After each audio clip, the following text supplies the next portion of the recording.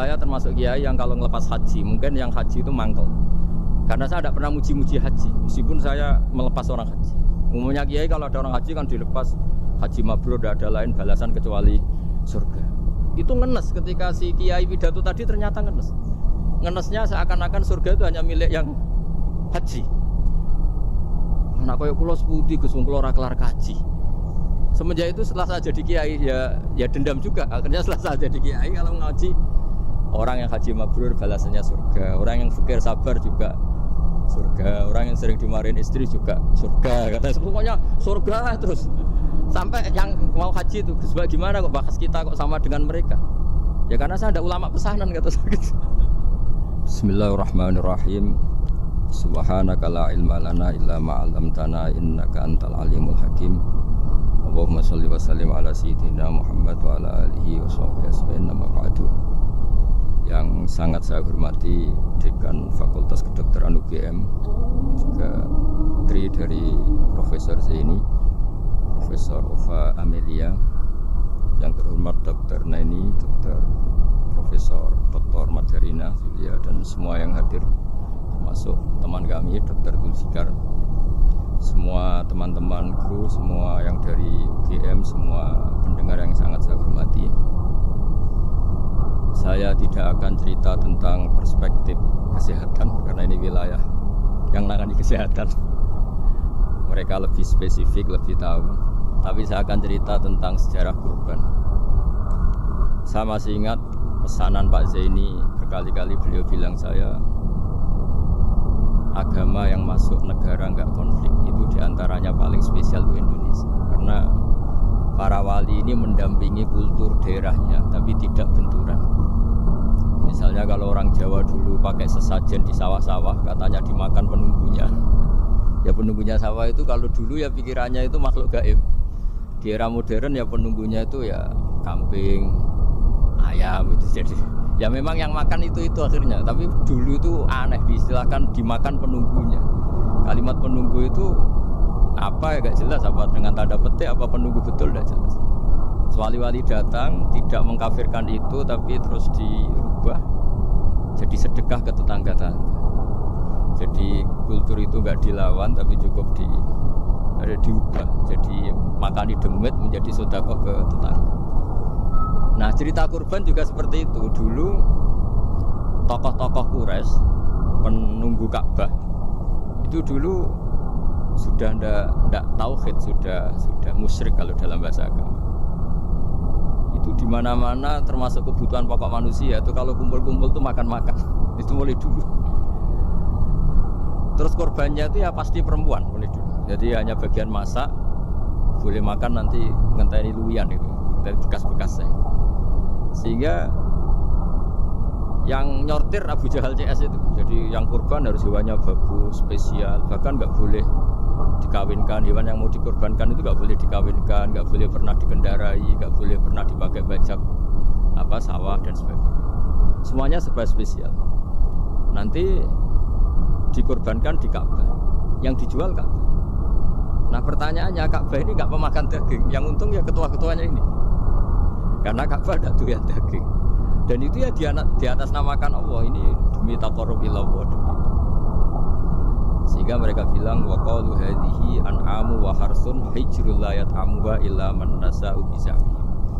Ini hewan kurban harus spesial dan yang berhak makan hanya orang-orang spesial, yaitu para penunggu Ka'bah, para sadanatul bait. Tapi karena mereka sudah tidak benar, tidak jujur, Islam mau merubah tradisi itu.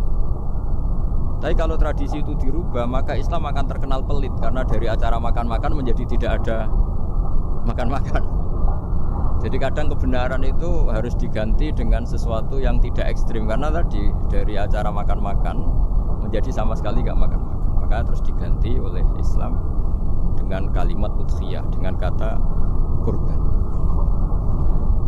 Nah kenapa itu harus terjadi? Karena kurban itu sebetulnya syariatnya Nabi Ibrahim, di mana orang Mekah itu memang turunan Nabi Ibrahim, sehingga sisa-sisa makan-makannya masih. Cuma mulai ada melenceng, ada sesajen, ada khurafat, ada bid'ah. Kemudian itu mulai masalah. Terus Rasulullah Muhammad SAW datang ingin benahi itu. Tapi yang dibenahi adalah menghilangkan kemusyrikannya, bukan makan-makannya. akhirnya diganti oleh udhiyah. Nah, kenapa ada kurban? Kalau dalam banyak literatur, Nabi Ibrahim alaihissalam itu nabi yang paling dengan tanda kutip mengklaim kalau beliau itu orang paling sayang kepada Allah, paling dekat kepada Allah. Enggak ada yang dicintai selain Allah. Beliau memaklumatkan itu baik secara lisan maupun di gemuruh hatinya, di bisikan hatinya, di detak jantungnya, pikirannya seperti itu. Pas itu beliau belum punya putra karena beliau termasuk lambat punya anak. Suatu saat ditakdir punya putra yaitu Ismail. Pas seneng-senengnya jalan, pas seneng-senengnya punya anak, sama Allah disuruh nyembelih. Anak kamu harus kamu sembelih. Ibrahim kaget. Kenapa ya Allah? Kamu adalah orang yang sering ngomong bahwa yang paling kamu cintai saya. Tapi setelah ada anak kamu, kayaknya enggak. Protes Nabi Ibrahim, Pak. Yang benar Gusti, iya harus anak kamu. Karena beliau kadung janji, kadung komitmen yang paling dicintai Allah, tidak ada yang lain. Saya akan mencintai engkau ya Allah, meskipun harus korbankan anak saya. Sehingga cerita terus disyariatkannya korban itu. Ketika Nabi Ibrahim berkomitmen melaksanakan perintah itu, Ismail juga mau nurut, bersama Allah diganti oleh hewan kurban yang bernama kambing. Sehingga versi cerita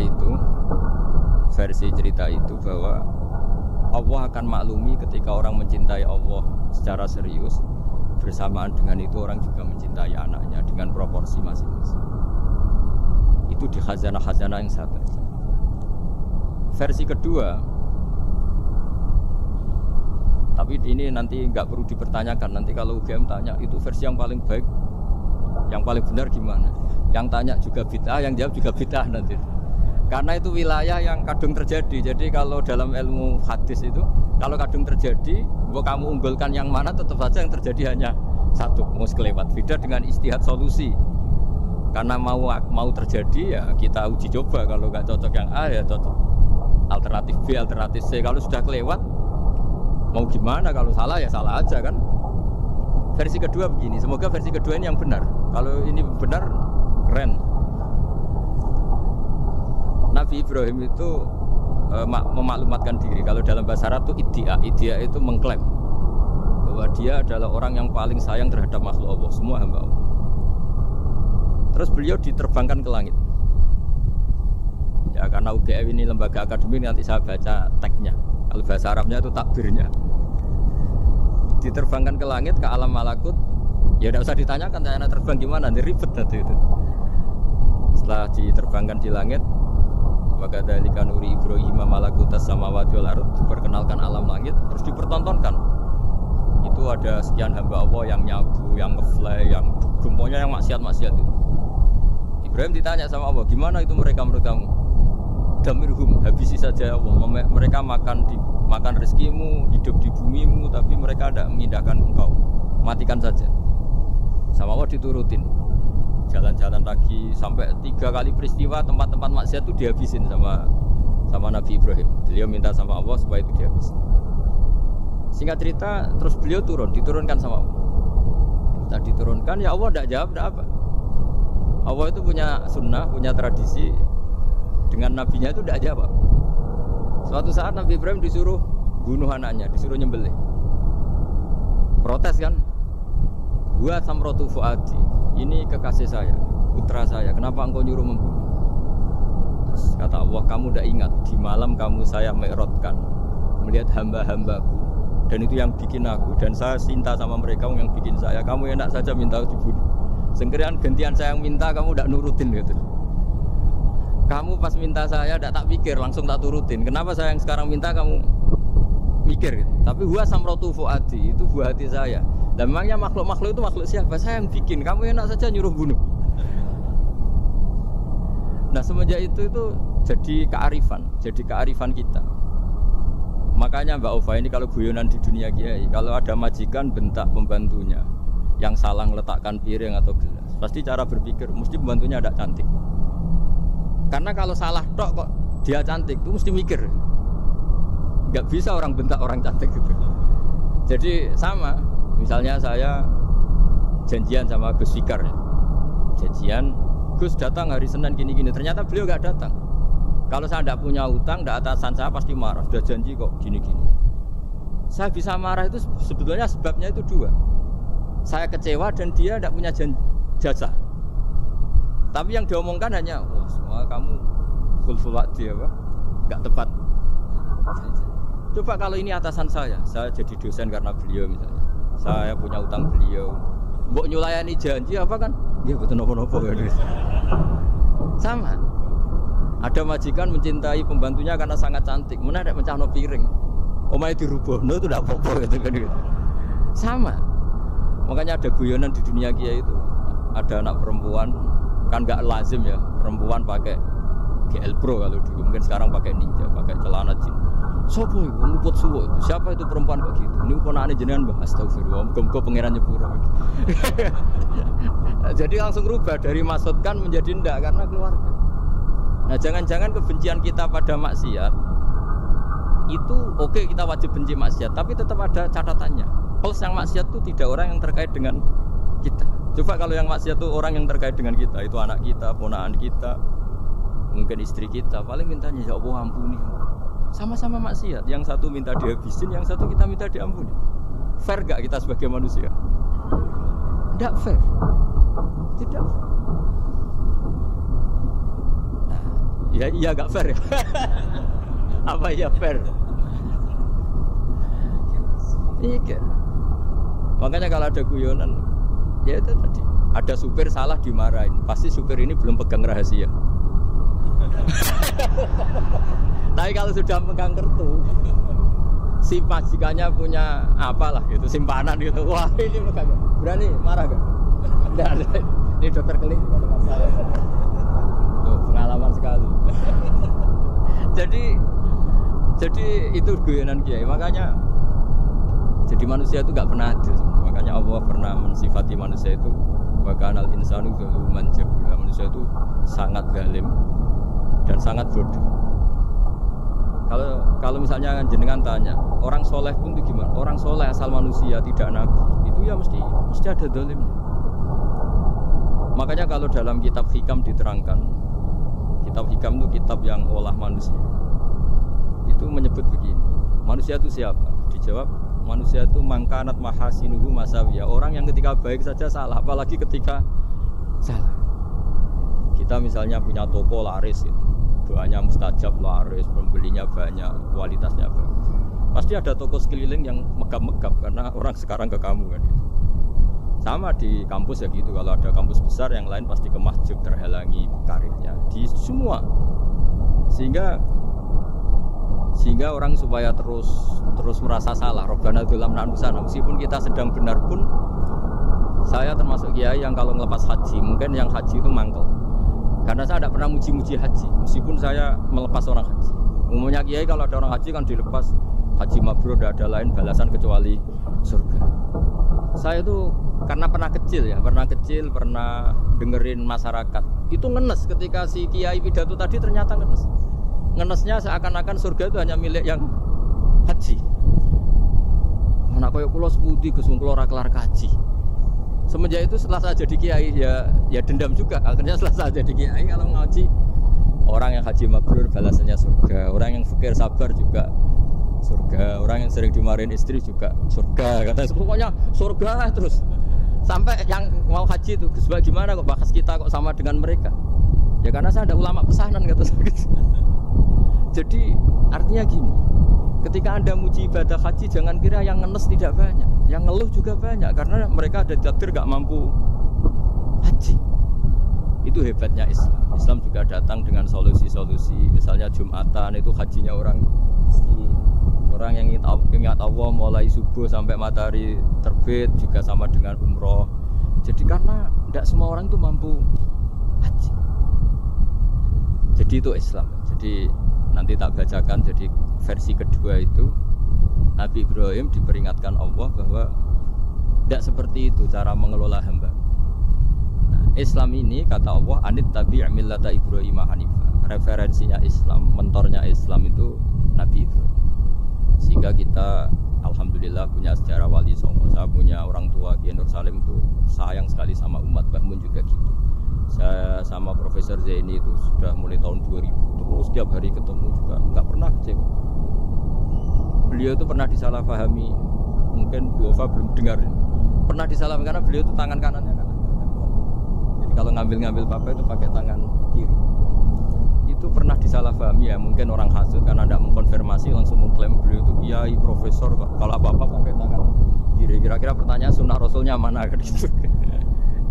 Beliau itu ya hanya corong Jawa itu berambang, agak nangis tapi tidak sampai keluar air mata. Terus beliau bilang gini ke saya, nah, seharusnya gimana Mas Pak?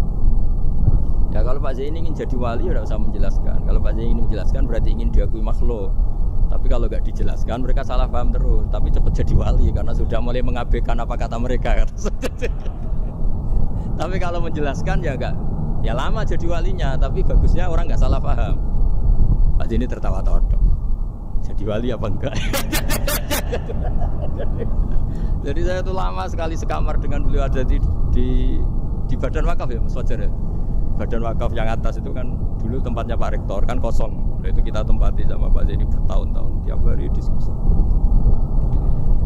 Dan nggak pernah ceritanya beliau itu penting.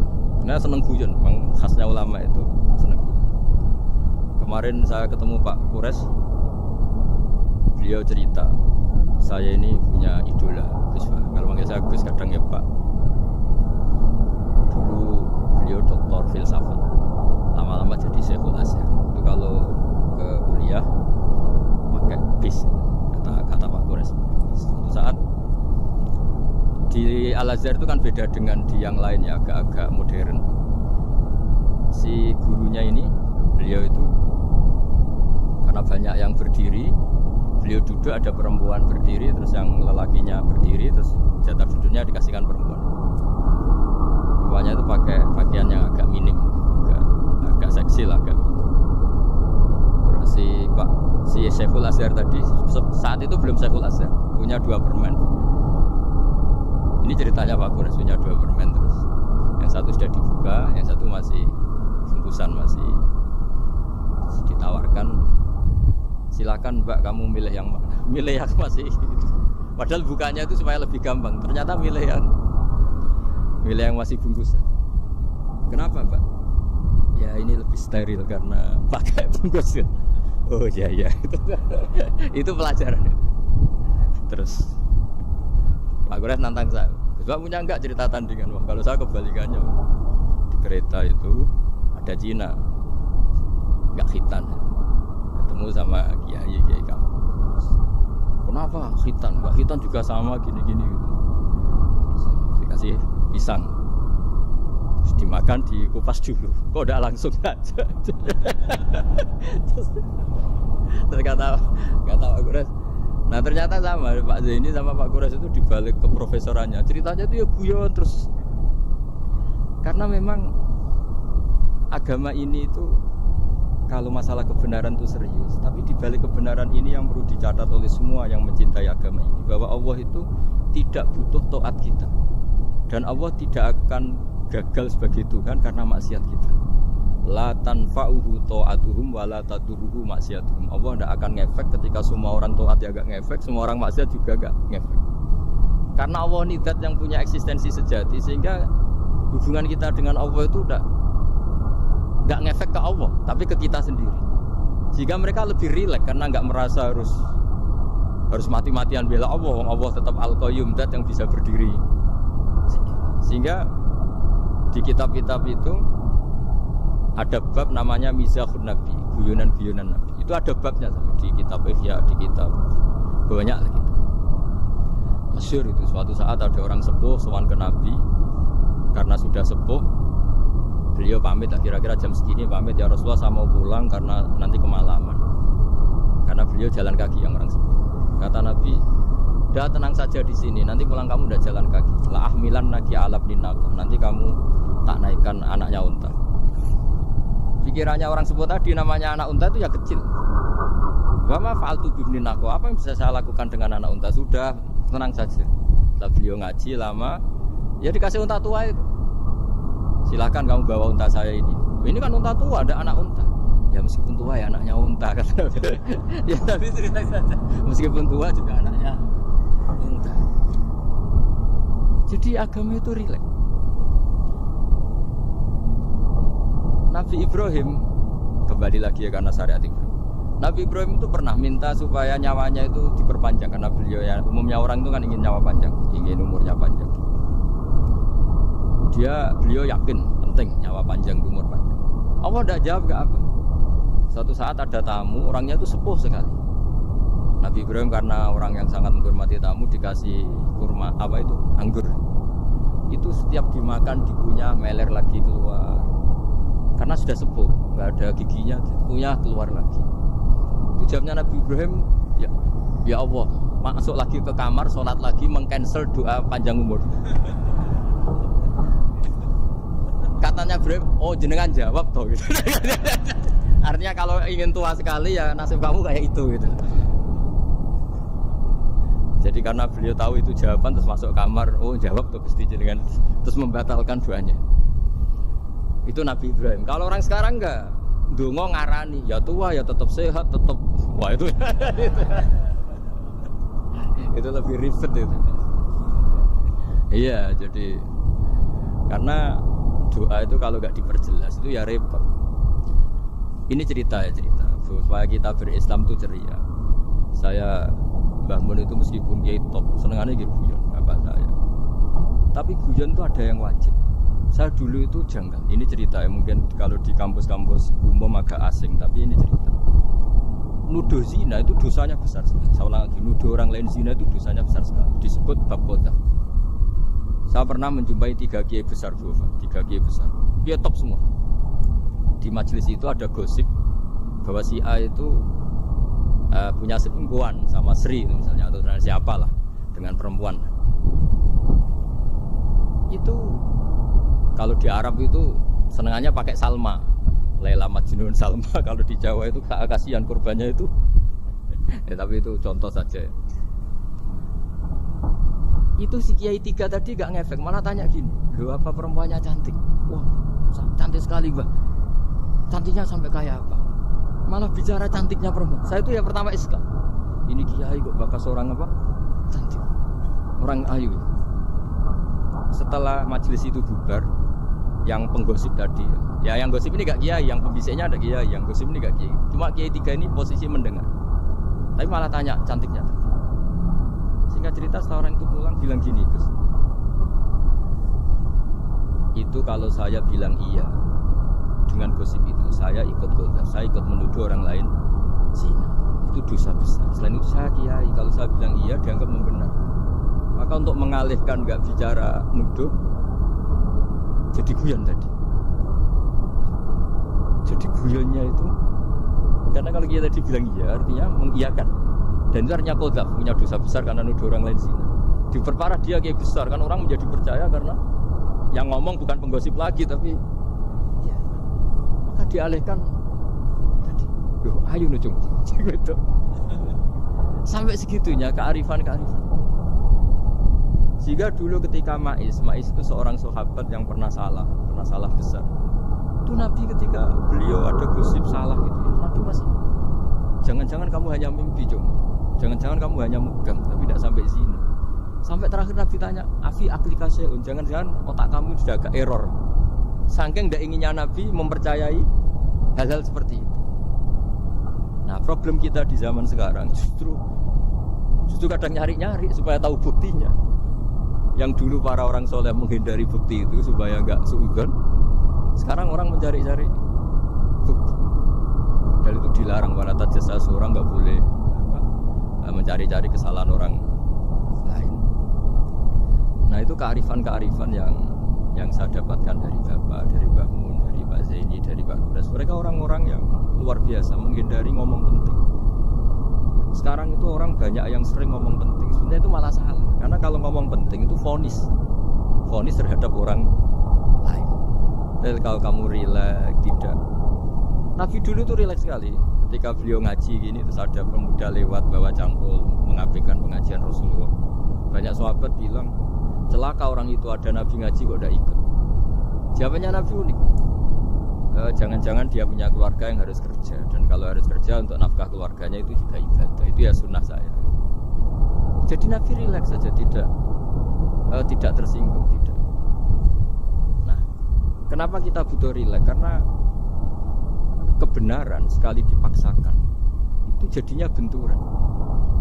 Itu wali-wali Songo itu dulu sudah berpikir seperti itu. Sehingga Pak Zaini yang sering ngendikan sama saya, kita ini bisanya mengikuti Mas Mbak, kalau manggil saya Mas, tidak bisa benturan. Sehingga tentu tadi ada modifikasi dari sesajen menjadi sedekah, dari apa menjadi apa. Jadi tidak langsung benturan. Dan itu khazanahnya, bacaan-bacaannya banyak sekali, termasuk peristiwa udhiyah tadi. Jadi dulu kurban itu dipakai ajang orang-orang tokoh Quraisy supaya dapat daging yang bagus, di atas namakan Ka'bah. Jadi agama ini dijual mulai dulu. Sekunane kuno agama ini dijual. Dan agama mulai dulu ya prospek. Ka'bah itu bisa menyedot wisatawan berapa, wisata religi. Sehingga dulu ada Ka'bah tandingan, perhitungannya juga ekonomi. Jadi mulai dulu itu ya sudah seperti itu, mau apa memang Allah bikin dunia seperti ini. Jadi dulu, mulai dulu agama itu ya, sampai orang Yahudi gak mau iman sama Nabi ya pikirannya sederhana. Kalau saya tokoh banyak yang sowan, banyak yang ngasih-ngasih. Kalau saya ikut Muhammad, saya anak buah, yang ngasih saya siapa? Jadi perhitungannya juga ekonomi. Jadi ketika Abraha mau bikin Ka'bah tandingan, itu perhitungannya juga ekonomi. Jadi ribet kan memang kalau manusia itu sudah ribet. Tapi Islam ini datang bukan untuk itu, tapi memaklumi itu. Itu hebatnya Nabi Ibrahim. Ketika beliau berdoa, ya Allah, keluarga kami saya tempatkan di Mekah. Rabbana liyuqimus sholata faj'al af'idatam minan nasi tahwi ilaihi warzuqhum minas samar. Cuma menurut Islam dibalik, ya Allah, kita ini ingin anak-anak kami ini bersujud kepada Engkau, ingin anak-anak kami ini melakukan sholat. Tapi mereka ini manusia yang untuk ketahanan hidupnya butuh makan, butuh rezeki, butuh ekonomi. Maka tolong ekonominya dijaga. Jadi dibalik, demi sholat menjaga ekonomi. Jangan dengan demi ekonomi meninggalkan sholat. Jadi dibalik, jadi demi sholat menjaga ekonomi. Juga termasuk menjaga politik. Andai kan tidak ada orang Islam yang cakap politik, nama yang soleh-soleh, kemudian negara bikin aturan ala mereka, sholat dianggap larangan, pengajian dengan larangan, juga repot. Makanya mulai dulu kiai-kiai itu ya politik, karena nggak ingin negara ini diatur oleh orang yang anti sholat, anti agama. Karena kalau negara terserah yang sedang jabat, kemudian yang jabat tidak soleh, bisa nganggap maksiat-maksiat tidak ilegal, yang pengajian justru ilegal. Di sini kenapa banyak orang-orang soleh dulu ya rata-rata ya berpolitik mulai sebelum kemerdekaan sampai setelah kemerdekaan. Jadi itu ada filosofinya. Nah, bahwa ada oknum-oknum yang tidak seperti itu ya monggo, itu oknum. Tapi sebetulnya awal-awalnya kenapa banyak orang soleh yang politik, karena nggak ingin negara ini dipimpin oleh orang-orang yang anti agama, anti kebaikan. Sehingga berkahnya apa? Berkahnya negara ini berkonstitusi secara Islam. Meskipun tidak negara Islam, tapi tadi hak asasi manusia terjaga, hak belajar, hak beragama, hak ibadah. Coba bayangkan kalau kita jadi korut, Korea Utara kan pusing. Jadi, nah itu uniknya, lagi-lagi ini cerita uniknya. Itu mulai dulu itu tidak ada benturan. Ketika ada Masumi, ada Partai NU, ada macam-macam. Muhammadiyah datang di Jogja itu Mbah Ahmad Dahlan itu teman dekatnya Mbah Hasyim. Saya tahu banyak tentang, namanya dulu Darwis. Itu dulu ngajinya sama pernah buyut-buyut Qiyami di sini. Dulu ngaji Mbah Soleh Darat, Mbah Ahmad Dahlan sama siapa itu Mbah Hasyim. Ketika di Mekah yang Mbah Ahmad Dahlan ngaji Syekh Khotib Minangkabau itu ya sama Mbah Hasyim. Nah kebetulan Mbah Ahmad Dahlan hidup di Jogja yang zaman itu sudah khurafatnya kayak apa, karena ada sistem agama yang sangat, menurut beliau sangat jauh dari Islam yang murni. Terus beliau revolusinya seperti itu. Yang Mbah Hasyim tempat di Jombang itu kan murni ilmu sosial, murni muqtadul hal. Terus beliau punya metode yang berbeda, tapi gak masalah, mulai dulu gak masalah. Kemudian jadi kalau yang kadang-kadang memasalahkan tuh ya memang yang gak tahu masalah. Sebenarnya dulu itu ya biasa aja, karena ya itu urusan metode, urusan. Saya teruskan masalah udhiyah. Jadi yang diceritakan Nabi Ibrahim tadi, bahwa benci seseorang kita atas namakan maksiat itu tidak segampang itu. Karena jangan-jangan kebetulan yang maksiat itu keluarga kita. Apakah kita punya kebencian yang sama saat yang maksiat itu keluarga kita, atasan kita, teman kita? Ya kayak tadi. Kalau saya corong jodi belenjani janji, ada orang janji sama saya nggak tepat waktu, saya bisa marah, itu pasti sebabnya jelas.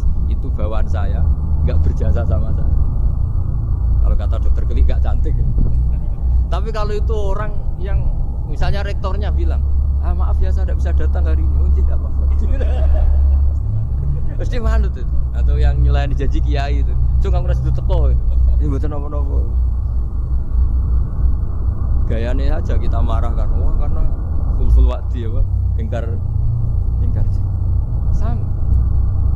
Intinya Nabi Ibrahim itu coba kalau yang maksiat itu anak kamu berharap saya ngasih tobat kan, bukan langsung tak habisin kan. Intinya Allah ingin bilang ke Nabi Ibrahim, andai kan yang maksiat itu anak kamu, ingin saya menghabisi apa tak kasih tobat? Ya kasih tobat ya.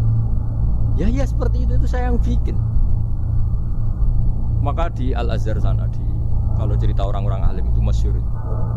Ada tempat maksiat mau dihabisin sama orang-orang yang sangat keras. Ketemu Syekh Mutawalli Sa'rawi, ditanya, andai kan mereka mati saat maksiat, itu mereka ke surga apa ke neraka? Ya ke neraka. Terus ditanya sama Syekh Mutawalli, kalau mereka ke neraka, akan adzalika muradan Nabi? Apa seperti itu yang digadaki Nabi, umatnya mati terus masuk neraka karena belum tobat? Tidak, Nabi inginnya mereka tobat dulu. Ya sudah, jangan dihabisi. Kamu berproses ikut mentobatkan mereka. Kebetulan ini mau mendengar.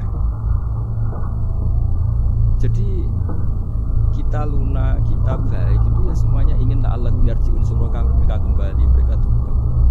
Bukan lunak dengan arti mengakui maksiat itu satu kebaikan, itu yang bahaya. Kalau lunak sampai mengakui itu maksiat itu kebaikan, itu bahaya sih. Tapi kita lunak karena kita ingin berproses untuk bertobat.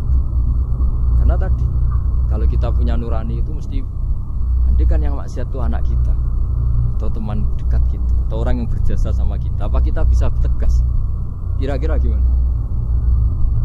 Bisa kamu tegas sama anak kamu? Ditantang minggat saja pusing. Ya makanya terus ini saya baca teks aslinya ya, supaya mungkin sebagian yang punya kitabnya atau memang punya tradisi akademik supaya mendengar ini. Saya baca ini versi yang kedua ini di kitab Hikam. Kitab Hikam juga termasuk kitab pegangan para kiai, halaman 4 juz 2. Diredaksikan gini, waqat adzaballahu ta'ala, ini masih tentang kurban. Waqat adzaballahu ta'ala khalilahu Ibrahim fi ba'di mawatinihi al-azimah. Jadi Allah kalau dalam bahasa Arab memberi teguran itu namanya takdib. Makanya kalau orang nakal itu, kalau orang Jawa bilang kurang ajar. Sebenarnya ajar itu kan tahun ajaran baru. Ajar itu kan barang baik. Ya kan disebut tahun ajaran baru. Pengajaran, ajar itu kan barang baik. Jadi kalau kurang ajar berarti kurang baik. Itu bahasa Arabnya orang yang kurang ajar perlu diajari. Itu kan orang Arab bilang ditakdib. Diwarai toto kromo, diadabkan. Jadi belum punya adab diadabkan. Itu udah. Tapi tentu Nabi Ibrahim nggak sampai kurang ajar. Ini kan cerita bahasa ya. Jadi kalau sebenarnya ajar itu udah buruk-buruk sama kurang ajar. Berarti orang ini kurang pelajaran, kurang. Tapi di Jawa itu agak salah kaprah. Kalau kurang ajar itu ekstrim. Misalnya duduk di meja itu disebut kurang ajar. Sebenarnya ada se-ekstrim itu. Saya teruskan ya. Terus wa 'allamahu kaifa yatakhallaku bihadzal khuluqil karim inda tilaihi 'alal asrar. Teruskan anak Ibrahim annahu arhamul khalqi qol farafa'ahu wa ta'ala hatta asyrafa 'ala al ardi. Nabi Ibrahim diterbangkan ke langit sehingga melihat di bumi yang maksiat-maksiat itu. Faqala ya rabbi damirhum, habisi saja. Terus faqala wa ana arhamu bi ibadi minka ya Ibrahim ihbit fala'allahum yatubun wa yarji'un. Jadi setelah permintaannya semua dikabulkan, dihabisi sama Allah. Terakhir, cobalah kamu sekali-kali dakwah ke mereka. Kamu belum pernah dakwah, kok tahu-tahu minta mereka dihabisin. Coba kamu dakwah, jangan-jangan mereka mau kembali. Nah, terus sebagian cerita itu terus diteruskan. ketika suatu saat Ibrahim akhirnya diminta menyembelih putranya. Inni arafil manami anni atfahu kafang durmata taro. Falamma tashammara lidzalik wa akhadha sikin biyadi qala Allahumma hadza waladi wa thamratu fuadi wa habbun nasi ilayya. Ya Allah, ini buah hatiku, ini orang paling saya cintai. Kenapa engkau menyuruh ini supaya saya bunuh? Terus beliau dijawab sama Allah, Ama ta'lamu anni rahimun bi'ibadi kama anta syafiqun biwaladik. Fa idza sa'altani ihlaka 'abdi as'aluka dzabha waladik wahidan biwahidin. Jadi kalau dulu kamu minta supaya hamba saya tak habisin karena maksiat, sekarang saya juga minta kamu menghabisi anak kamu. Tapi ini kan anak saya, sama itu hamba saya yang bikin juga saya. Nah semenjak itu Ibrahim dianggap sebagai bapak kasih sayang. Karena semenjak itu terus beliau orang yang paling sayang. Sampai ada 3 nabi yang menjadi metodenya Rasulullah SAW sebagai mentornya. Kalau Nabi Nuh melihat kemaksiatan langsung bilang, Rabbi la tazar alal ardi minal kafirina dajjaro, habisi semua ya. Tapi kalau Nabi Ibrahim apa? Faman tabi'ani fa innahu minni wa man asani fa innaka ghafurur rahim. Orang yang ikut saya ya karuan kelompok saya, dan yang sebelum ikut semoga engkau mengampuni. Tentu lewat proses dakwah, lewat proses. Nah, Wali Songo, kembali ke Wali Songo dan para guru-guru kita, itu seperti itu semua. Jadilah Islam yang di Indonesia, Islam rahmatan lil alamin itu konstruksinya ya dari ilmu-ilmu semua. Bacaannya seperti itu. Karena ternyata kita tegas tadi ujung-ujungnya karena itu tidak cantik di atasan kita, tidak berjasa sama kita. Kamu kalau ada supir telat, supir kok telat datang kantor gitu, pasti supir itu belum pegang rahasia. Setelah pegang rahasia tak jamin aman itu si telat. Karena lebih ngeri pasti. Artinya manusia itu kayak apa ngeklaimnya tegas, disiplin, objektif. Kira-kira iya apa enggak? Enggak lah kayaknya ya. Ya pasti tadi. Nah, itu yang makanya bapak saya kalau guyon sama saya itu, kalau umumnya orang itu kalau di dunia game muji istiqomah itu konsisten jadi imam masjid, konsisten jadi guru, jadi kalau bapak itu sering guyon ke saya, iku istiqomah apa mau digenti wong liya katanya. Artinya di balik istiqomah itu juga ada catatan lain. Jangan-jangan ambisi gak mau diganti orang lain. Jadi intinya manusia itu dalam benar saja ada unsur salahnya, apalagi pas salah gitu maksudnya. Nah ya pas benar saja ada unsur salahnya, apalagi pas salah. Nah, itulah dengan sudut pandang seperti ini adalah orang terus gak gampang menghakimi orang lain. Karena manusia yang baik adalah cukup dia merasa aibnya banyak, salahnya banyak, kemudian itu menyibukkan dia dari mencari-cari aibnya orang lain. Makanya kalau dalam cerita Ibrahim alaihissalam, karena kurban itu identik dengan syariatnya Nabi Ibrahim. Ya, saya punya catatan yang kemarin tak baca juga di Jakarta. Itu suatu saat Nabi Ibrahim itu didatangin orang Majusi dulu. Orang Majusi itu ya tidak beragama. Singkat cerita Nabi Ibrahim itu terkenal kaya dan suka menghormati tamu. Dulu tamu itu sangat penting dihormati karena dulu gak ada warung, terus padang pasir. Kalau sekarang itu ya wajib dihormati tapi tidak wajib-wajib banget. Karena biasanya sudah marung di mana-mana. Sudah marung di mobilnya bawa apa? Bekal. Kalau dulu di padang pasir kalau tamu gak dihormati bisa mati betul. Kadang 2 hari perjalanan itu gak makan gak apa karena di padang pasir, warung gak ada, gak bisa ngopi-ngopi ya. Sehingga kalau menghormati tamu dulu itu pahalanya luar biasa ngasih makan itu. Kalau sekarang ya pahalanya biasa aja karena ya tamunya makannya ya biasa aja karena udah kenyang duluan itu. Singkat cerita orang ini datang ke Ibrahim minta dikasih makan. Nabi Ibrahim mengatakan kamu syaratnya harus Islam dulu, kalau enggak akan dengan makan. Karena Ibrahim itu seorang nabi dan beliau komitmennya seperti itu. Si tamu tadi putus asa. Akhirnya walla itu ya sudah meninggalkan Ibrahim. Setelah beberapa jangka Allah bilang ke Nabi Ibrahim, orang itu umurnya berapa tadi bilang ke kamu? 50 tahun. Pernah gak orang itu kelaparan? Kata Allah, enggak, baru ini kelaparan. Terus kata Allah, mundu khamsina sanatan nut'imuhu ala kufri. Falau nawal tahu lukmatan min ghairi antu talibahu bitahiri dinik lakana ahsan. Orang itu umurnya 50 tahun. itu ya tak kasih makan, padahal dia majusi. Kamu baru diminta sehari saja minta syaratnya Islam.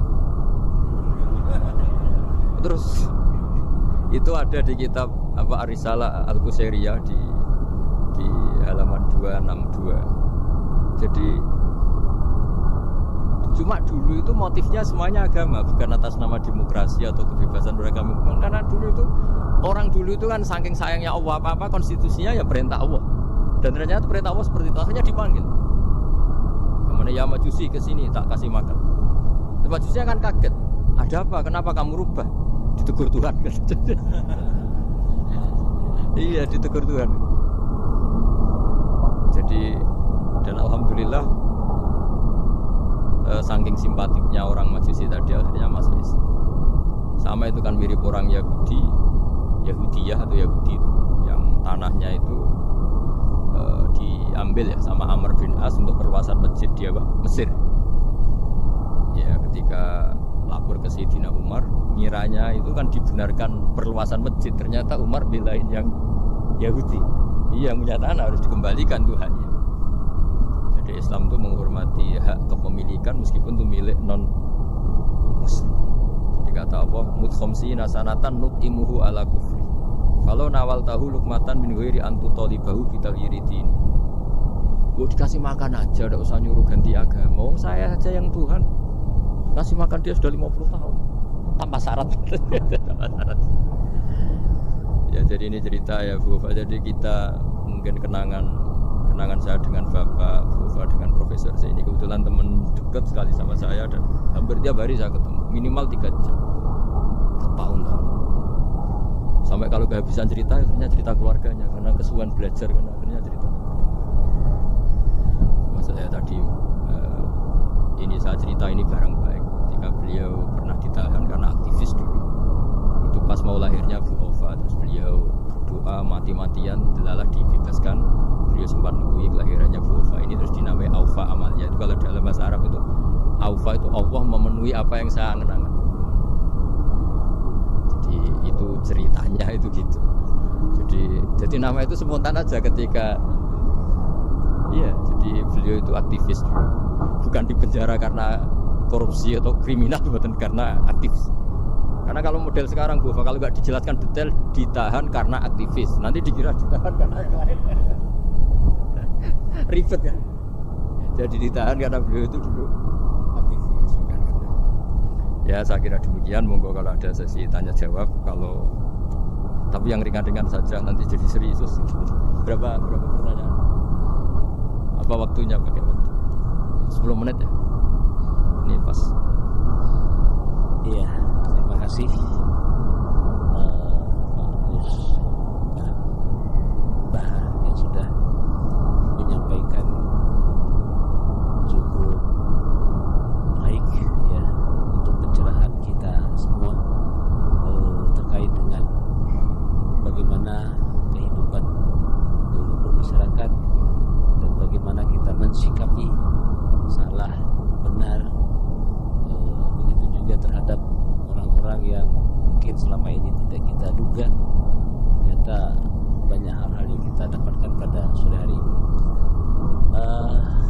Saya yakin dari pemirsa atau dari Bapak Ibu yang hadir secara langsung maupun virtual ada hal-hal yang akan ditanyakan. Kita masih punya waktu cukup kurang lebih 1/4 jam. Oh, kelamaan. Kelamaan. Iya, Tadi 10 menit perjanjiannya. Tadi 10 menit. Iya. Mas ini. Kami persilakan dari yang hadir terlebih dahulu. Sudah sangat jelas berarti. Sudah pinter semua. Ya, ini ada pertanyaan. Yang pertama katanya, Assalamualaikum warahmatullahi wabarakatuh. Pak Gus Baha, dalam ingin bertanya dan ingin tahu bagaimana supaya kita bisa selalu berpikir nubuwah di setiap peristiwa yang menimpa kita di kehidupan sehari. Semoga. Gimana? Ulang lagi. Dalam ingin bertanya dan ingin tahu bagaimana supaya kita bisa selalu berpikir nubuwah di setiap peristiwa yang menimpa kita di kehidupan sehari-hari. Begini ya, jadi andaikan kita baca banyak, setidaknya sering mau mendengar. Sebenarnya hidup itu sangat baik, bukan sekedar baik, sangat baik. Misalnya kita sedang dapat nikmat, ya Islam menganjurkan syukur. Syukur itu ya dapat pahala. Kalau sedang banyak masalah seperti sekarang mungkin ada pandemi apa, Islam mengajarkan sabar, sabar itu juga pahala. Nanti kalau kita masih hidup yang rumah anak bojo ya ibadah. Nanti kalau mati karena penyakit mat'un atau ta'un juga syahid. Jadi Islam melihat hidup itu rileks, karena ya memang rileks. Ketika ada orang miskin susah makan enak, itu kata ulama idamuhu alju. Kalau kamu ingin makan enak, kata si miskin ya ingin, gampang makan enak itu. Kamu sangat lapar, nanti semuanya juga enak. Itu nubuah. Jadi Nabi itu resepnya gampang. Coba kalau sampean puasa melihat tempe itu sudah tertarik sekali. Tapi kalau kamu sudah habis makan, melihat sate kurang enak, ini kurang enak, karena saking memang sudah semuanya nafsu kan. Ya lah sudah puasa, semuanya enak. Jadi kalau ingin nubuah, misalnya kita miskin itu ada fadilahnya orang miskin, keutamaan orang miskin. Itu malaikat ngauditnya bingung, karena mau diaudit apanya nggak punya apa-apa kan. Jadi artinya barokahnya miskin, kita hisabnya juga ringan, mau diaudit apanya nggak punya apa. Iya kan? Nah, yang orang kaya, barokahnya kaya bisa amal, bisa ikut bantu masjid, bantu madrasah, bantu kebaikan. Itu berpikir nubuah. Terus kedua, terbiasakan yang agak unik. Ini mungkin wilayah medis. Yang agak unik dalam Islam itu mimpi itu ya, mimpi. Itu sama kenyataan itu tinggi mimpi derajatnya. Andai kan orang masih zaman orisinil, mimpi sama hidup nyata itu hebat mimpi. Karena begini, misalnya saya melihat ibu-ibu sama bapak-bapak melihat langsung seperti ini. Saya mesti berpikir nafsu. Kalau yang saya punya kepentingan, ini tak anggap orang prospek. Kalau yang nggak punya kepentingan, tidak prospek. Pertanyaannya adalah, orang yang saya anggap prospek bisa membantu saya, ternyata jenisnya kikir. Yang tak anggap tidak prospek, ternyata jenisnya dermawan. Kita kan sebenarnya nggak tahu. Lalu pertanyaannya, pandangan kita terhadap orang lain itu berdasar fakta apa berdasar harapan? Berdasar harapan. Tapi kita ngeklaim seakan-akan itu fakta. Beda dengan mimpi. Asal tidurnya benar loh ya, tidak makan buku banyak terus ngorok tidur itu. Tidurnya benar, misalnya kita posisi normal, wudu, setelah wudu baca ayat kursi terus tidur kayak posisi orang meninggal ya, mujur utara ya, punya kayak orang meninggal. Ya utara dan selatan menghadap kiblat. Itu kalau mimpi. Itu ada alamat-alamat yang lebih orisinal daripada kehidupan nyata. Ini contoh agama. Artinya gini, makanya Nabi pernah ngendikan mimpi itu bagian dari 46 dari bagian kenabian. Itu jumlahnya 46%. Tapi ya tidur yang seperti tadi. Artinya gini, sarana kita bisa mendeteksi alam gaib, kalau boleh dibahasakan alam gaib, itu sebetulnya orang Islam itu masih punya sarana satu, yaitu mimpi. Karena dengan mimpi ini semua organ kita, semua sistem kita itu kayak off. Setidaknya sistem keinginan kita. Yang ada adalah pemberian, gitu, cara berpikir agama ya. Saya tidak tahu kalau cara berpikir medis. Jadi kalau orang tidur, itu sistem keinginannya dia kan habis, hilang. Yang ada keinginan Allah. Jadi dia posisi diberi. Tapi kalau kita terjaga gini, lihat orang lain, wah ini prospek, ini enggak. Padahal faktanya orang ini yang kita sebut prospek ternyata antipati sama kita atau enggak keinginan nolong kita. Yang kita bilang enggak prospek justru orang yang di hatinya ingin menolong kita. Kan enggak pernah tahu gitu. Makanya banyak orang salah pilih kan di situ. Karena bagaimana orang lain kamu vonis atau kamu hakimi, kamu statuskan sesuai keinginan kamu. Kalau mimpi kan enggak bisa. Nah sehingga kalau dalam penelitian, kenapa Nabi itu, mimpinya Nabi itu, ya kan kalau dalam agama kan mimpinya Nabi itu wahyu. Karena tidurnya normal gitu. Normal artinya kelas A tadi lah. Makanya banyak orang awam pun yang wah, sing tak sekseni persis mimpiku, yang saya saksikan persis mimpi saya. Orang awam saja ngalami, apalagi yang Nabi. Nah, artinya untuk mendeteksi nubuah selain tadi ya, kita kan seperti yang saya ceritakan berkali-kali. Kalau ingin nubuah itu sebenarnya gampang, maksudnya bermental nubuah. Kalau saya sekarang hidup, ya anggap saja bisa melakukan kebaikan lagi. Kalau sekarang saya mati atau akan mati, anggap saja mati itu mengakhiri semua potensi keburukan Anda. Sekarang mungkin kita ada zina, ada korupsi, ada maling, tapi siapa yang bisa menjamin bahwa kita tidak akan maksiat di masa depan? Dengan mati potensi itu hilang. Makanya Nabi melihat mati itu ya sederhana. Wa tawaffani idza kanatil wafat khairan li. Ya Allah, hidupkan kami ketika hidup kami menambah kebaikan. Matikan kami jika mati itu mengakhiri kejahatan. Jadi Allah maj'alil hayata ziyadatan li fi kulli khairin wal mauta rohatan li min kulli syarrin. Ya Allah, ketika saya hidup, dianggap saja ini potensi menambah kebaikan. Kalau saya mati, dianggap mawon mengakhiri semua kejahatan. Sehingga ya mati itu pasti baik. Makanya kalau ada koruptor, ada preman mati, kalau kiai-kiai saya gitu baik ya, sampai orang-orang tidak ikhlas. Baik di mana orang penjahat gini? Padahal kiainya di hatinya ya baik, sekarang tidak penjahat lagi, sudah mati.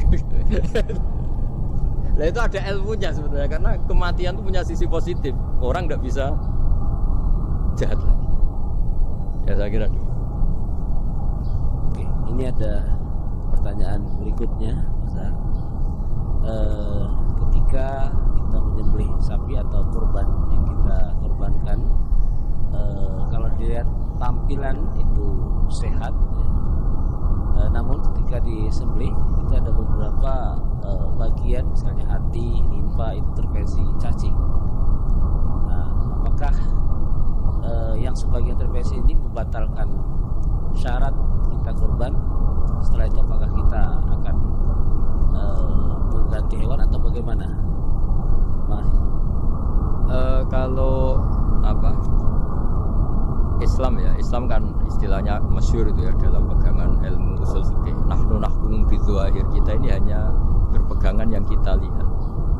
Jadi kalau secara medis, secara apa sudah diperiksa oleh dokter-dokter hewan dinyatakan sehat, ya itu sah. Bahwa faktanya nanti ada limpa atau hati yang terinfeksi, ya itu nggak usah dimakan tentu. Tapi korbannya tetap sah. Nah beda dengan misalnya suatu saat mungkin ya ada satu kemampuan observasi medis yang komprehensif sampai hewan yang lahirnya sehat bisa dideteksi ini ya mungkin kalau milih itu karena harga murah ya menjadi dasar kan, karena motifnya kikir. Tapi kalau dari awal tidak tahu ya tetap sah gitu. Ya, sambil nunggu pertanyaan, ini ada beberapa titipan pertanyaan, titipan pesanan pesanan ya. Sudah kayak partai politik. Bahwa, ya kalau dulu kan misalnya Nabi Ibrahim itu memang sudah Islamnya kuat, dengan Allah itu sudah percaya dan memang pasrah gitu ya.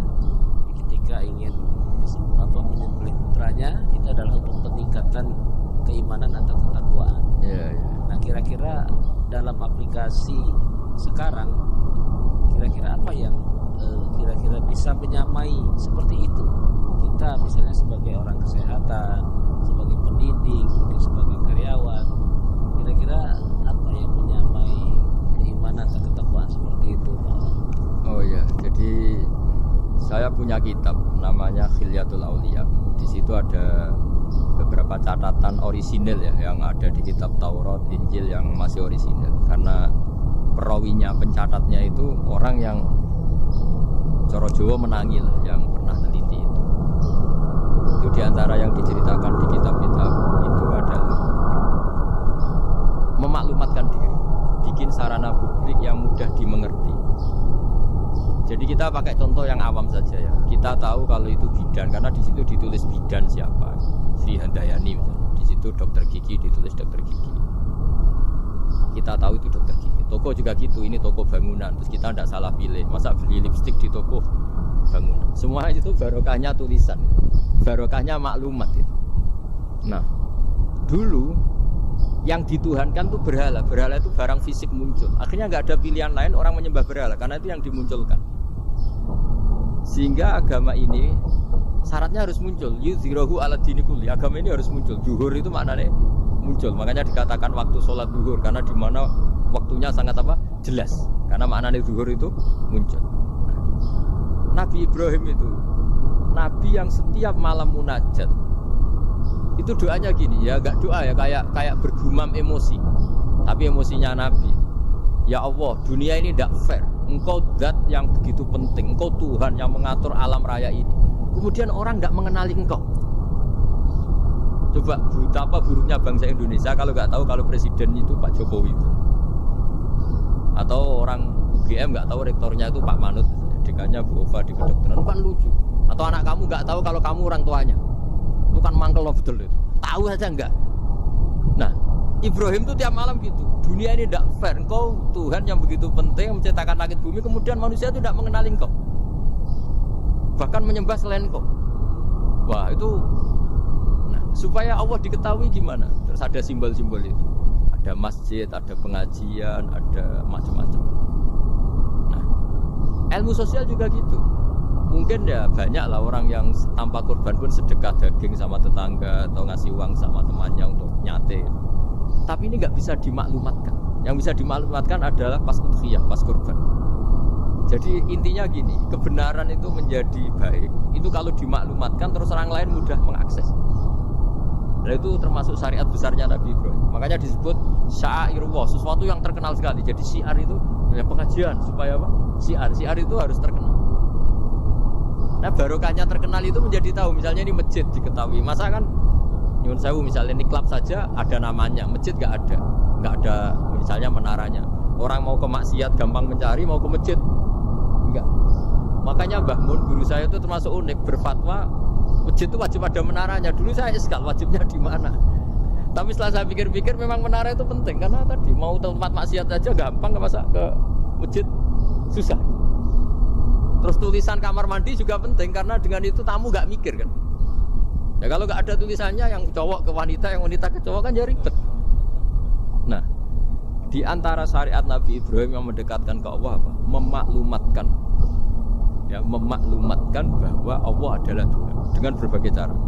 Mulai pelatihan, mulai macam-macam. Ya sama lah orang Indonesia kok nggak tahu kalau ideologinya Pancasila itu kan mangkel betul itu. Saking nggak disosialisasi misalnya atau nggak dimaklumatkan. Jadi awal hadatin itu at-tahaddi atau wal-i'lam. Pertama Nabi jadi Nabi dari Gua Hira itu ya langsung naik ke Gunung Sofa memaklumatkan diri kalau beliau Nabi yang mengajarkan tauhid. Jadi makanya saya ini ya umumnya orang kiai lah, saya Pak Zeni semuanya itu sebenarnya inginnya juga orangnya. Karena apa? Karena tidak tahu kan.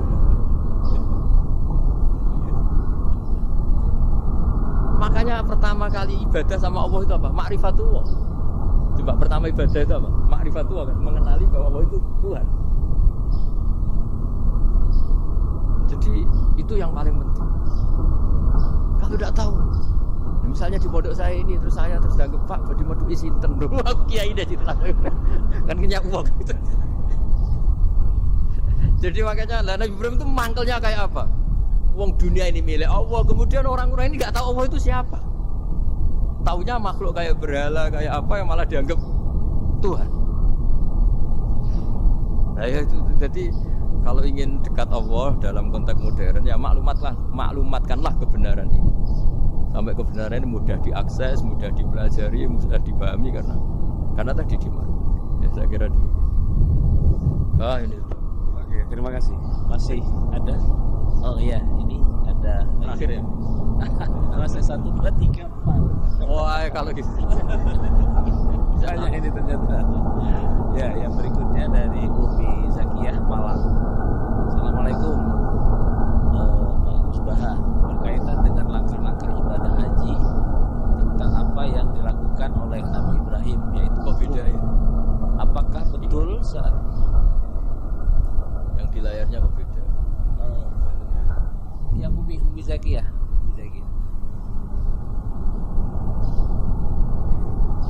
Next.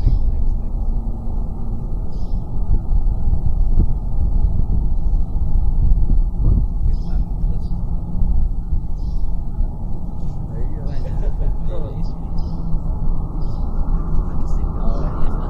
Iya nanti kita batasi. Nanti ya. Soalnya sangat menarik ini.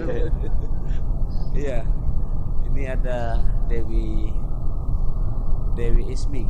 Apakah benar apakah benar kisah penyembelihan Ismail itu dipalsukan? Nah, itu jawabnya gampang, nggak benar. Apa hubungan kurban dengan Idul Adha yang secara harfiah artinya perayaan atau merayakan waktu duha? Nah, monggo. Kalau cerita penyembelihan Ismail itu jelas benar ya, karena ada di Al-Quran. Jadi yang jadi perdebatan mufassir itu apakah benar-benar Ibrahim itu sampai menyembelih, maksudnya sampai meletakkan pisau di leher, apa setelah berkomitmen mau menyembelih sudah dibatalkan Allah karena Allah menghormati apa? Komitmennya aja. Nah, tapi hampir semua ulama berpendapat memang ya sempat benar-benar sampai fisik Ibrahim meletakkan apa? Pisau di lehernya, kemudian lampu asir se'an misalnya tidak membekas sama sekali terus diganti itu. Jadi cerita itu populer sekali. Tapi yang penting adalah tadi cerita saya bahwa itu karena Ibrahim pernah mengklaim beliau cinta Allah itu enggak tertandingi oleh makhluk apapun. Terus diuji ketika punya anak, mencintai anaknya. Terus diuji dengan cara kalau kamu betul hanya mencintai saya, ya anak kamu sembelih itu. Ternyata mau juga, berarti betul gitu. Tapi setelah betul ya sudah tetap normal tetap. Nah, udah usah dipraktekkan nanti kalau. Terus kalau masalah udhiyah itu bukan kaitannya dilakukan waktu duha, ndak. Memang duha yudhi tadkhiyatan itu artinya ya menyembelih yang memang kebetulan waktunya setelah sholat. Nah, waktu sholat itu kemudian bisa dibahasa Arabkan waktu duha. Jadi ya memang saling terkait. Kalau bahasa Arab itu memang semuanya begitu. Jadi kalau orang yang perilakunya baik itu disebut Muhammad, orang yang terpuji. Sehingga Nabi Muhammad punya nama lain namanya Ahmadu, saya memuji Allah. Kan Hamidah Yahmadu, kalau ingsun Ahmadu saya memuji. Jadi kalau bahasa Arab memang itu bofa. Kalau bahasa Arab itu memang unik. Bahasa Arab itu semuanya itu merujuk kosakata. Makanya kalau Pak Quraisy menulis tafsir itu mesti melibatkan kosakata. Kayak Rasul itu asli maknanya Rasul itu ya utus.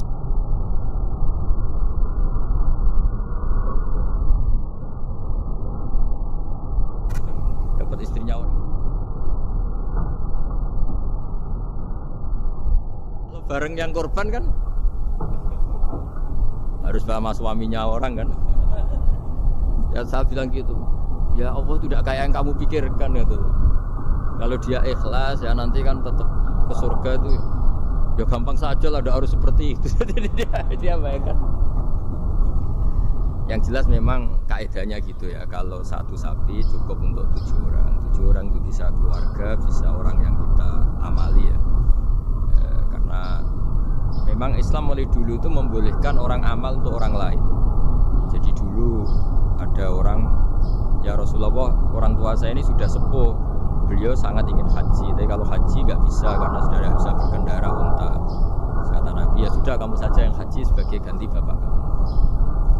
Sehingga idza mata ibnu adam in qata amalu itu termasuk anak yang soleh, sedekah dan apa. Memang mulai dulu Islam itu ada beberapa hal yang amal itu bisa diamali pada orang lain. Awaladin sholihin yatullah, terus ada lah beberapa. Nah korban juga gitu. Biasanya anak-anak yang soleh itu perasaannya dulu bapak kami miskin, nggak mampu berkorban, nggak mampu akikah. Biasanya anaknya terus melakukan itu untuk bapaknya. Nah memang jadi perdebatan ulama, apakah kemudian mayit ini dapat pahalanya enggak? Jawabannya gini, kalau mayit itu orang soleh dapat.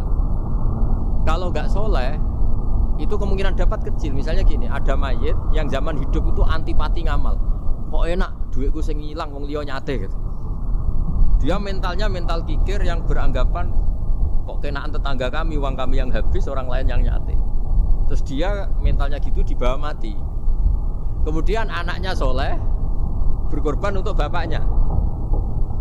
Nah yang seperti ini ada potensi gak sampai karena dia tidak pernah punya niat. Itu beda dengan orang yang zaman hidup memang ingin korban, cuma secara ekonomi nggak mampu. Makanya pentingnya innamal a'malu binniyat itu di situ. Amal itu terserah niat.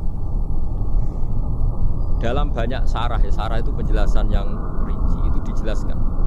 Kenapa orang mukmin masuk surga selama-lamanya? Padahal dia jadi mukmin hanya 80 tahun. Misalnya kita hidup di dunia kan rata-rata 80 tahun. Karena dia berkomitmen andikan hidup 1000 tahun juga tetap mukmin. Andikan hidup 2000 tahun ya tetap mukmin, tetap sholat. Setiap orang sholat perasaannya gitu. Andikan kita hidup 2000 tahun juga tetap seperti ini kan, ya tetap sholat, tetap. Sehingga karena niat itu dia diganjar surga selamanya. Karena dia bayangkan andikan di dunia selamanya juga akan iman selamanya. Nah, orang kafir juga berkomitmen gitu, yang belum rubah maksudnya. Kalau dia hidup ya akan kafir terus. Ya, makanya dia kafirnya 80 tahun, misalnya hukumannya juga neraka yang lama sekali karena. Nah, kira-kira itulah. Makanya kalau mayat tidak soleh ini kita yang sebagai ulama berdebat karena tadi itu kan ibarat gini, ada mayat sama sekali gak pernah sholat, bahkan dulu itu mengkritik orang sholat, terus dia mati, anaknya jadi orang soleh sering tanya saya, Gus sholatnya bapakku tak kodoin ndak? Wong era sholat kodoin yuk kaku hati kan. Beda dengan misalnya kita punya bapak soleh misalnya, terus pas beliau koma ya jadi koma 2 hari kan keluarganya kalau kodoin kan paling 2 hari pas koma. Nah ini orang nggak sholat mulai kecil sampai tua sampai mati. Anaknya sholat tersiksa, anak saya tak kodok ikan. Lah bapakmu sholat boten. Wah ya kesel gue. Sudah kesel, orang ini nggak pernah berkeinginan sholat. Kan beda dengan Nyun Sewu ibu saya atau bapaknya Mbak Ova. Memang ibu saya ya tidak sholat tuh karena sudah koma atau sudah apa, sudah banyak alat-alat medis yang terpasang. Ini cara ngodoi jumlahnya ya jelas. Dan sumbut karena memang beliau andekan sehat komitmennya juga sholat. Nah ini yang orang kadang salah kaprah, bisa enggak amal sampai mayit? Sebetulnya di dunia ulama perdebatannya bukan masalah sampai tidaknya, mayitnya ini siapa gitu. Kalau mayit ini soleh jelas dawuh Nabi man sana sunatan hasanatan falahu ajruha wa ajru man amila biha ila yaumil qiyamah. Orang baik kemudian mengajarkan kebaikan pasti dia dapat investasi kebaikan itu.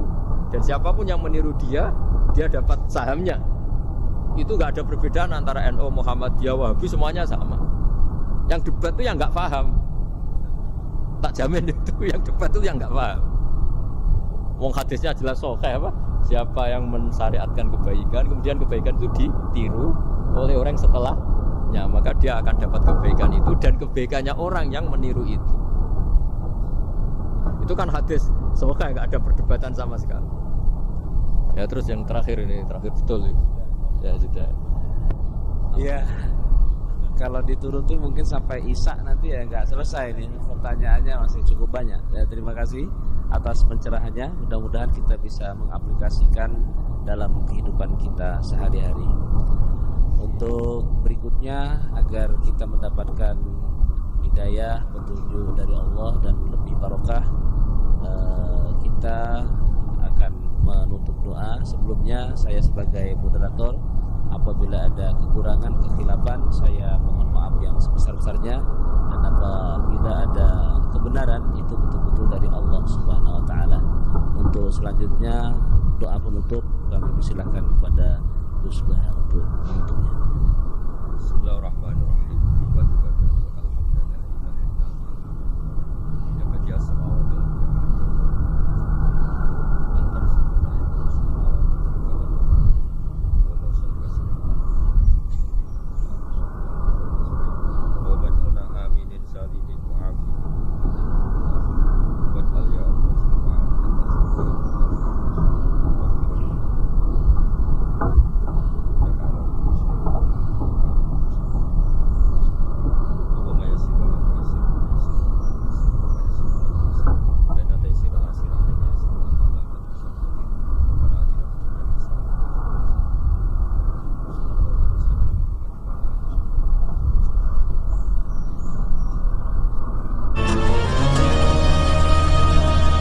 Assalamualaikum warahmatullahi wabarakatuh.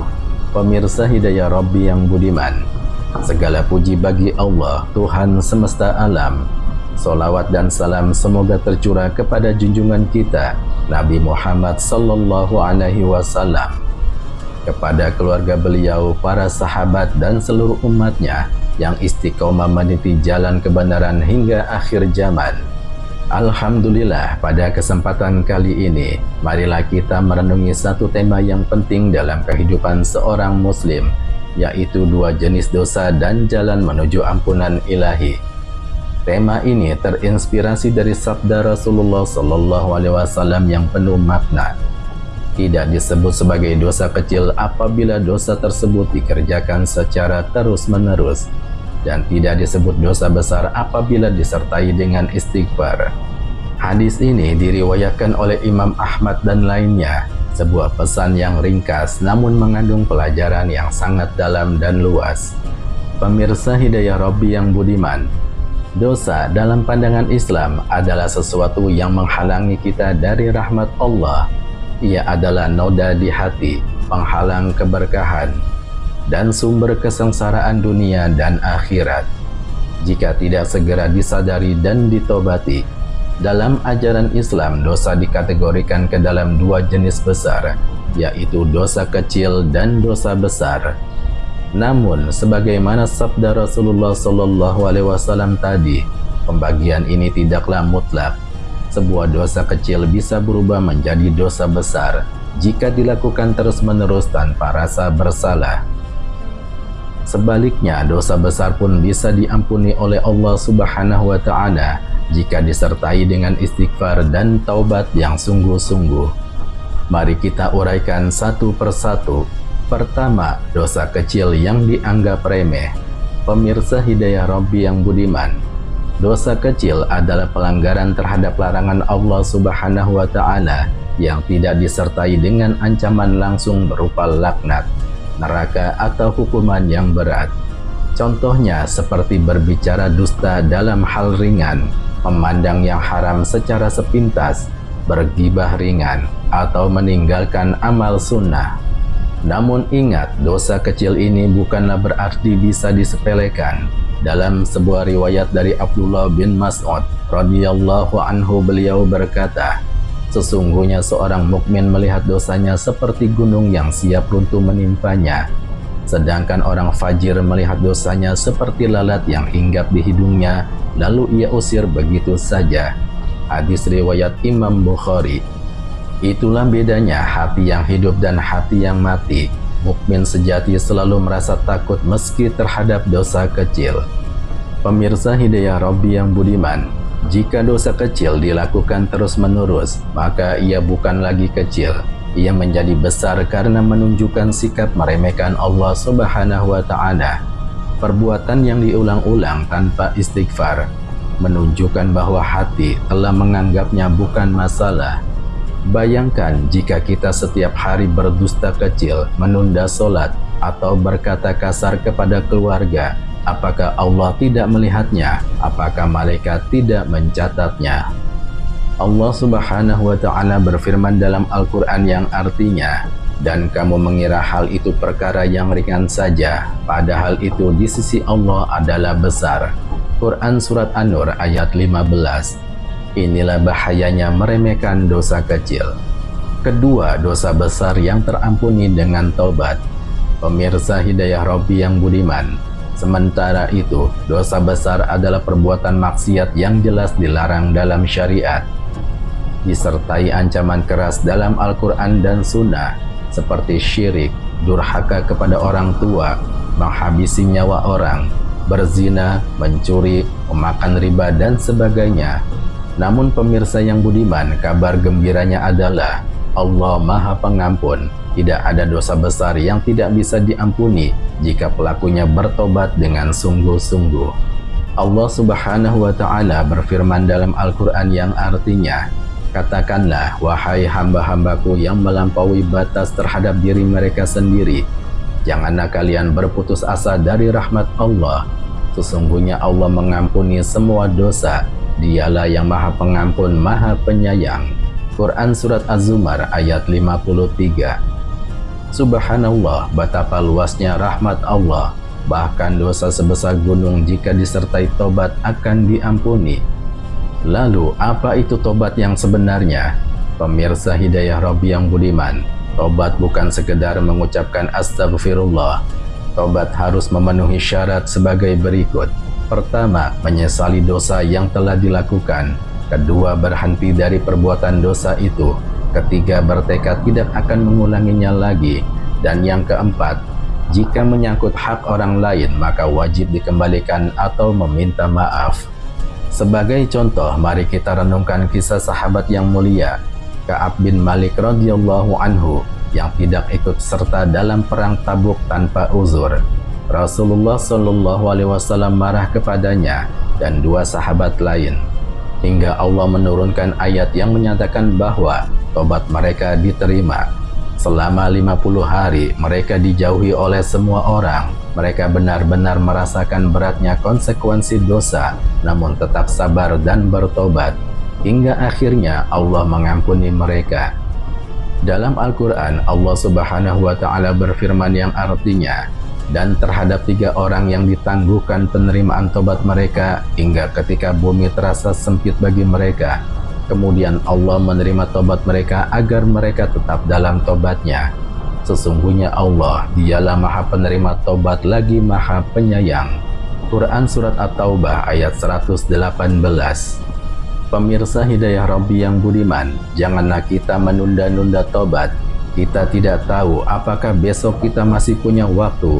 Jangan tunda sampai tua, jangan tunda sampai sakit, jangan tunggu sampai di penghujung usia, karena tidak ada yang menjamin kita akan sampai ke sana. Imam Hasan Al-Basri rahimahullah pernah ditanya, apakah tobat itu? Beliau menjawab, tobat adalah menyesali masa lalu, meninggalkan dosa saat ini, dan bertekad kuat tidak akan kembali kepada dosa itu di masa depan. Sungguh Allah maha penyayang, namun kita jangan menantang kemurahannya. Jangan berpikir, saya akan maksiat dulu nanti saya tobat. Itu bukan tobat, itu mempermainkan Allah Subhanahu wa Ta'ala. 3. Bahaya meremehkan tobat. Pemirsa Hidayah Rabbi yang budiman, salah satu tanda hati yang sakit adalah merasa aman dari dosa, merasa nyaman di dalam maksiat. Seseorang yang merasa aman dari azab Allah, maka dia telah tertipu oleh dunia. Allah Subhanahu wa Ta'ala mengingatkan, maka apakah mereka merasa aman dari makar Allah? Tidak ada yang merasa aman dari makar Allah kecuali orang-orang yang merugi. Quran Surat Al-A'raf ayat 99. Ketahuilah bahwa setan akan menipu manusia secara bertahap. Ia membuat dosa besar terlihat biasa dan dosa kecil dianggap tidak penting. Inilah jebakan yang harus kita waspadai. Keempat, kisah nyata yang menggugah. Pemirsa Hidayah Rabbi yang budiman, ada sebuah kisah nyata yang menyentuh. Seorang pemuda di Timur Tengah hidup dalam kemaksiatan. Ia suka minum, berzina, dan malas sholat. Suatu hari ia mengalami kecelakaan mobil yang parah. Dalam kondisi koma, ia bermimpi bertemu dengan seorang lelaki bersorban putih yang berkata kepadanya, waktumu hampir habis, Allah masih memberimu kesempatan, bertobatlah. Setelah sadar, ia menangis terseduh-seduh dan mulai berubah. Ia belajar agama, memperbaiki sholat, dan berhenti dari semua dosa. Hari ini ia menjadi seorang dai yang aktif menyeru ke jalan Allah. Semua itu karena satu kesempatan yang diberikan Allah Subhanahu wa Ta'ala. Pemirsa Hidayah Rabbi yang budiman, jangan tunggu teguran dari Allah dalam bentuk musibah. Mari kita buka lembaran baru dari sekarang.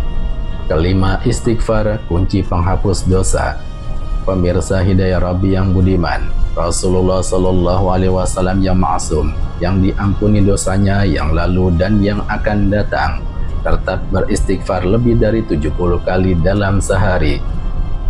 Demi Allah, sungguh aku beristighfar dan bertobat kepada Allah dalam sehari lebih dari 70 kali. Hadis riwayat Imam Bukhari. Kalau Rasul saja begitu, bagaimana dengan kita? Mari biasakan lisan kita dengan istighfar. Dan biasakan pula sholat tobat di tengah malam. Menangislah dalam doa kita. Curhatkan dosa kita kepada Allah. Sesungguhnya Allah senang mendengar rintihan hambanya.